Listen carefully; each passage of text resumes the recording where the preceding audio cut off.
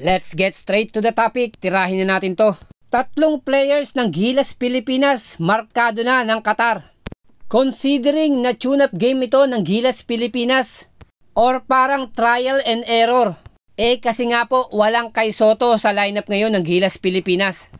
Mukhang under experiment si Coach Tim Cone dahil meron pong dumagdag at yung ilang galing injury ay nagbabalik na po. Na lumalabas po kung mananalo ay bilang consolation na lamang po. Dahil yung pakay talaga ni Coach Tim Cone, palabasin lahat ng potensyal ng kanyang mga players. Dahil napaka-unpredictable ng mga sitwasyon. Minsan healthy ka, paminsan-minsan tatamaan ka ng injury. Na ang gusto lamang po ni Coach Tim Cone, hindi po magre-rely sa isang players ang ating Gilas Pilipinas. Kumbaga lahat ng kanyang players ay alas at talagang nagko-contribute. Magiging kabaliktaran naman to sa koponan ng Qatar. Sa pamumuno nga ng bagong head coach ng Qatar na si Hakan Demir, lahat ng pressure nasa balikat nito. Na kinakailangan mag-perform ang kanyang kupunan ng maganda at makasilat din ng panalo. At alam naman natin sila po ang mag-host ng FIBA World Cup sa 2027 na kinakailangan lahat ng laban ay maipanalo. And talking about the games mamaya, markado na ni head coach Hakan Demir ang tatlong players ng ating Gilas Pilipinas.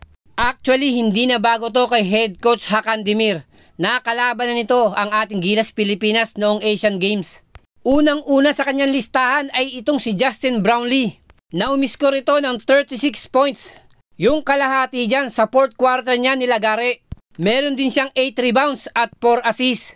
5 out of 7 naman siya sa 3 points area.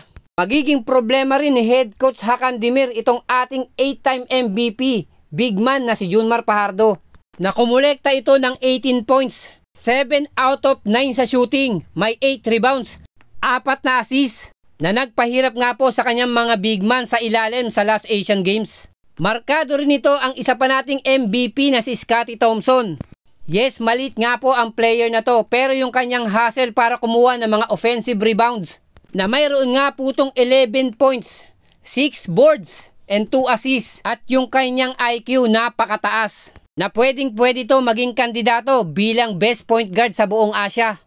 At syempre po, special mention natin dito sila Chris Newsome, Calvin Optana, na minsan na rin naging tinik sa lalamunan ni head coach Hakan Demir, na siguradong all out at 100% ang Qatar kontra sa ating Gilas Pilipinas.